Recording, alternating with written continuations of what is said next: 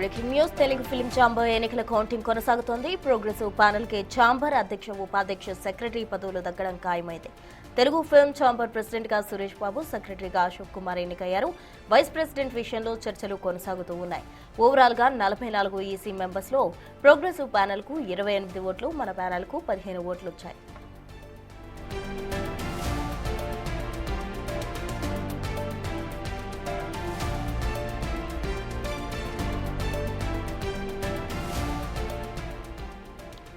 Telugu film chamber కు సంబంధించిన ఎన్నికల కౌంటింగ్ ప్రెజెంట్ కొనసాగుతోంది.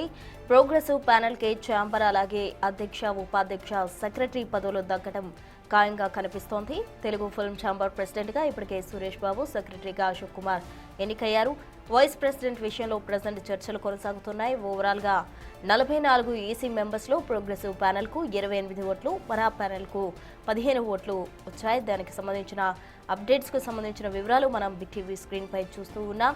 తెలుగు ఫిల్మ్ ఛాంబర్ ఎన్నికల కౌంటింగ్ అయితే ప్రెజెంట్ కొనసాగుతుంది.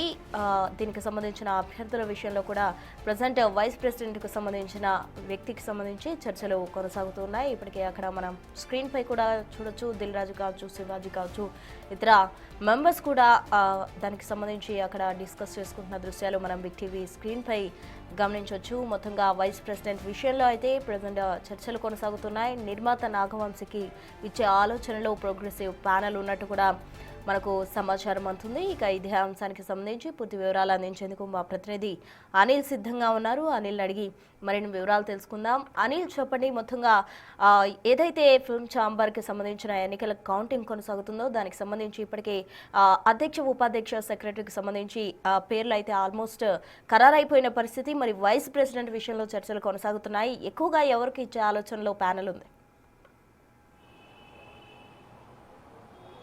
ప్రస్తుతం ఫిలిం ఛాంబర్కి సంబంధించి ఎన్నికల్లో భాగంగా ఫలితాలు అయితే విడుదలయ్యాయని చెప్పాలి. ఈ ఫలితాల్లో భాగంగా ఇప్పటికే అంటే ప్రోగ్రెసివ్ ప్యానెల్కి సంబంధించి కావచ్చు, మన ప్యానెల్కి సంబంధించి కావచ్చు, ఈ రెండు ప్యానెల్ మధ్యనే ఓరవరిగా పోటీ కొనసాగిందని చెప్పాలి. అందులో భాగంగానే 28 సీట్లతోటి అంటే 28 సభ్యులతోటి ప్రోగ్రెసివ్ ఘన విజయం సాధించిందని చెప్పాలి. 15 మందితోటి ఎన్నికైనటువంటి మన ప్యానెల్కి సంబంధించి 15 మంది అయితే ఎన్నికైనట్టుగా కూడా తెలుస్తుంది. మొత్తం 44 మంది సభ్యులైతే ఈ ప్యానెల్ ద్వారా అయితే ఎన్నిక జరిగిందని చెప్పాలి. అయితే ఎన్నికల్లో భాగంగా దీనికి సంబంధించి ఇప్పటికే ఈ 44 మందిలో ప్రోగ్రెసివ్ ప్యానెల్కి సంబంధించి సేవ్ ద ఛాంబర్ అని చెప్పేసి నినాదంతో ముందుకు రావడం జరిగింది.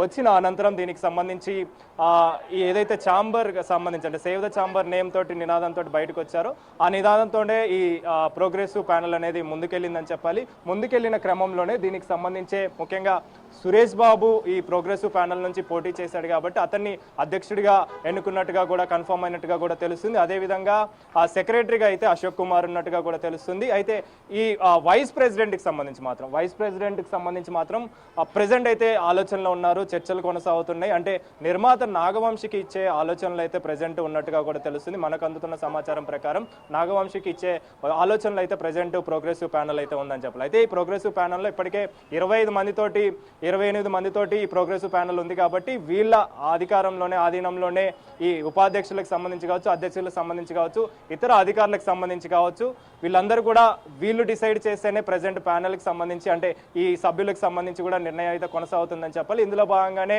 ఈ ప్యానెల్కి సంబంధించి ప్రోగ్రెసివ్ ప్యానెల్ ఘన విజయం సాధించిందని చెప్పాలి. ముఖ్యంగా సేవ్ ద ఛాంబర్ అనే నినాదంతో ముందుకు రావడం, ఆ తర్వాత దానికి సంబంధించి ఈ నినాదం అనేది కొనసాగడంతో ప్రోగ్రెసివ్ ప్యానెల్ అయితే నిర్మాతకు సంబంధించి కావచ్చు, అదేవిధంగా పెద్ద నిర్మాతలకు సపోర్ట్కి సంబంధించి కావచ్చు మద్దతు అనేది చాలా ఎక్కువగా ఉన్న క్రమంలోనే ఈ ప్రోగ్రెసివ్ ప్యానెల్ అయితే ఘన విజయం సాధించింది. 28 మంది సభ్యులు ఇదే ప్యానెల్ నుంచి అయితే ఎన్నిక జరిగిన పరిస్థితి అయితే మనకు కనిపిస్తుంది. ఈసీ మెంబర్లుగా 44 మంది ఆ ప్యానెల్ నుంచి, అదేవిధంగా మన ప్యానెల్ నుంచి, 2 ప్యానెల్ నుంచి ఎన్నిక కాగా వాళ్ళకి సంబంధించి ప్రెసిడెంట్ సురేష్ బాబుని అధ్యక్షుడిగా ఎన్నుకున్నారు. అదేవిధంగా సెక్రటరీగా అశోక్ కుమార్ని అయితే ఎన్నుకోవడం జరిగింది. ఒక్క వైస్ ప్రెసిడెంట్ విషయంలో మాత్రమే ప్రెసిడెంట్ అయితే ఆలోచనలో ఉన్నారు. ఆ చర్చలు అయితే కొనసాగుతున్నాయి.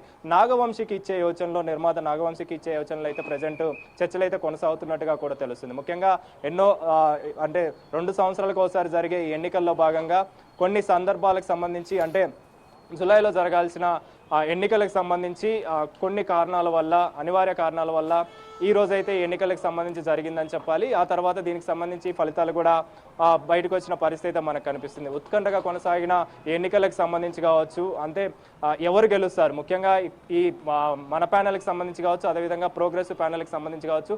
మన ప్యానెల్ విషయానికి వస్తే ఇందులో సురేష్ బాబు అదేవిధంగా నట్టి కుమార్ వీళ్ళిద్దరు కూడా అధ్యక్షుడికి సంబంధించి పోటీలో ఉన్నారు. కాబట్టి ఎవరిని ఎన్నుకుంటే బాగుంటుందని చెప్పేసి సభ్యుల్లో కూడా ఆలోచనలో ఉన్న క్రమంలోనే 28 మందితోటి ప్రోగ్రెసివ్ ప్యానెల్ ఎన్నికైంది. కాబట్టి చాలా వరకు కూడా ప్రోగ్రెసివ్ ప్యానెల్ నుంచే ఈ సభ్యులు అనే వాళ్ళు వచ్చారు. కాబట్టి వాళ్ళు సురేష్ బాబుని ఏకగ్రీవంగా ఎన్నుకున్నట్టుగా కూడా తెలుస్తుంది. ఇందులో భాగంగానే ఈ వైస్ ప్రెసిడెంట్ విషయంలో మాత్రమే ఎవరిని ఎన్నుకోవాలన్న ఆలోచనలు అయితే ప్రెజెంట్ ఉన్నట్టుగా కూడా తెలుస్తుంది.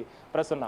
రైట్ అనిల్, మొత్తంగా కూడా తెలుగు ఫిల్మ్ ఛాంబర్ కి సంబంధించిన ఎన్నికల కౌంటింగ్ అయితే కొనసాగుతుంది. ఇప్పటికీ అధ్యక్ష ఉపాధ్యక్ష పదవులు కావచ్చు, ఇంకా ఎగ్జిబిటర్ సెక్టార్స్ లోను, స్టూడియో సెక్టర్ లోను ఎక్కువగా కూడా ప్రోగ్రెసివ్ ప్యానెల్ అయితే ముందంజలో ఉన్నారని చెప్పాలి. ఇక వైస్ ప్రెసిడెంట్ కు సంబంధించిన చర్చలు ప్రజెంట్ కొనసాగుతున్నాయి. ఎక్కువగా కూడా అటు నాగవంశీకి ఇచ్చే అవకాశాలు ఎక్కువగా ఉన్నట్టు కూడా మనకు సమాచారం అందుతుంది.